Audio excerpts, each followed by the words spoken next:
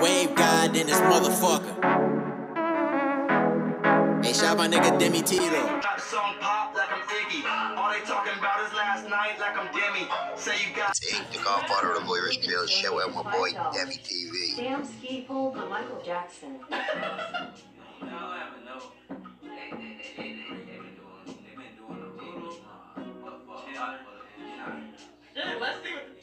Let's see what the chat thinks. Let's see. Cause that nigga Demi was like, I'm king. Dean family, Dean here. Today we're doing a reaction to human anatomy, and it's called the science behind ejaculation. Basically, jacking off, jerking off frequently. You feel me? If you one of these people that jerk off frequently, jerk off a lot, or jack off a lot, or masturbate, or whatever way you want to call it, this video is for you. You feel me? And we're finna learn the science behind it.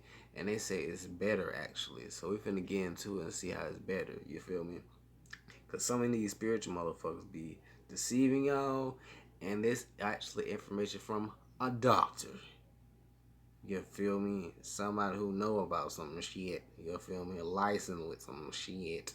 And actually got some proof of some shit. You feel me? And not just trying to mislead some people and follow a trend. You feel me? So we're going to get into this. And y'all already know, you shouldn't be doing that all the time anyways. Like, simple. Like, go get some fresh air. Do something with yourself. Check out the merch in the description box. So go copy some. Show your boy some support and love. And no further ado, let's get into the reaction.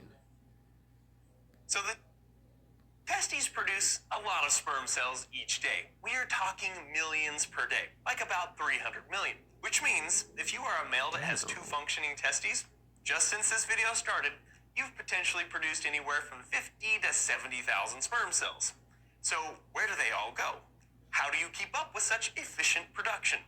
Is there a problem if sperm cells aren't released? And of course, one of the more interesting questions, are there any potential health benefits, like reduction in cancer risk, from more frequent release of sperm or other reproductive substances? These are obviously very important questions that nearly every human male has likely wondered. So of course, we are going to answer these questions in the name of science. So, let's do this. Well, science is everything, actually. Think about it, science all around. So just in case you've missed some of our previous male reproduction videos, or just need a quick review, sperm cells are produced in tiny tubes in each testis called seminiferous tubules. Here's a right testis or a testicle, and if you open it up, you can see these string-like seminiferous tubules. And again, if you average out 300 million per day, that is nearly 3,500 sperm cells being produced per second. But can we also mention another really cool random fact about the testes? Have you ever heard of the blood-brain barrier? This is a barrier that only allows certain substances to pass from the blood and into the brain, essentially creating this protective filter for the delicate nervous tissue. So what does this have to do with the testes? Well, there's also a blood testis barrier. Now, this isn't actually a barrier of blood for the whole testis, but just a barrier between the blood and the developing sperm cells. The main reason for this is to isolate the sperm cells from the immune system, because the sperm cells are actually recognized as foreign to our immune cells. Really? So we want to prevent these developing sperm cells from being gobbled up. Now, once the sperm are produced by these seminiferous tubules, they are eventually moved into this structure on the backside of each testis called the epididymis. And there's a coiled tube inside the epididymis called the ductus epididymis. And if this were straightened out, it would be up to 6 meters or about 20 feet long. And this is where sperm are stored and mature prior to being released from the body. And this answers the question, where do they all go?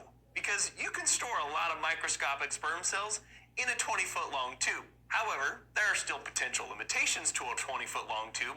And in theory, you could eventually fill this completely up with sperm cells if ejaculation were to never take place, or if there was not some other way to deal with sperm that was not released. Now, I would love to tell you some epic story that when there are too many sperm cells, they go to war with one another. And it's the X sperm cells versus the Y sperm cells strangling each other with their tails and eventually cutting the epididymal sperm population in half. But it's a lot more simple than that. As sperms stay longer and longer in the epididymis, they start to break down or degenerate and get reabsorbed by other cells lining the epididymis. So as new sperm cells are being produced each day, older sperm cells are also being reabsorbed. Now this also explains what happens after the male birth control procedure called the vasectomy. The tube that is located after the epididymis, known as the vas deferens, is cut so that sperm cells cannot exit. But during male climax, secretions from the prostate, seminal glands, and bulbourethral glands are still released. And to the naked eye would pretty much look identical. But under the microscope, you would see that it contains no sperm cells. So again, because sperm cells can be broken down and reabsorbed in the epididymis, if they are not released, it shouldn't be much of a problem. But could there be other potential benefits to consistent or frequent ejaculation, like a potential reduction in prostate cancer risk? Now, I can just see all the males out there getting ready to approach their significant other and say as romantically as possible, "Hey, it's cancer risk reduction time." But before we see if there's any truth to cancer risk reduction, I want to talk about something else to help us with our health. And that is saying thank you to the sponsor of today's video, AG1. AG1 is a foundational nutrition supplement that I've been drinking every day for years now. It is made with 75 high-quality whole food sourced ingredients, including vitamins. Something that I really like about AG1 is the energy levels throughout the day. And since I'm shake it up, so many high-quality ingredients. 1 year supply of immune supporting vitamin D3 plus K2, as well as 5 free travel packets with your first purchase. We'll also include that information and the link in the description below. So, is there any reason to have more frequent ejaculations? Specifically, could there be a potential reduction in the risk of prostate cancer, which affects about 1 in 8 men during their lifetime? And if there is a risk reduction, what is this potential correlation between prostate cancer risk and the frequency of ejaculation? Well, earlier I mentioned that the prostate produces secretions that make up part of the ejaculate, and these prostatic secretions help to protect and nourish the sperm cells. But there is a hypothesis that if there's an accumulation or a buildup of prostatic secretions, maybe some of this excess could potentially become carcinogenic, thereby creating more opportunity for the development of prostate cancer. And this is sometimes referred to as the prostate stagnation hypothesis. Now, to be clear, there are multiple factors that contribute to the development of prostate cancer, other than just the frequency of ejaculation and a possible prostate stagnation hypothesis. But there are 2 very interesting studies that I think most males will think to be quite positive. The first and one of the most prominent studies in this area followed about 30,000 men between the ages of 46 and 81, and they looked at their average number of ejaculations per month when they were in their young adulthood years, like ages 20 to 29, when they were in middle age, ages 40 to 49, and even in their more recent years.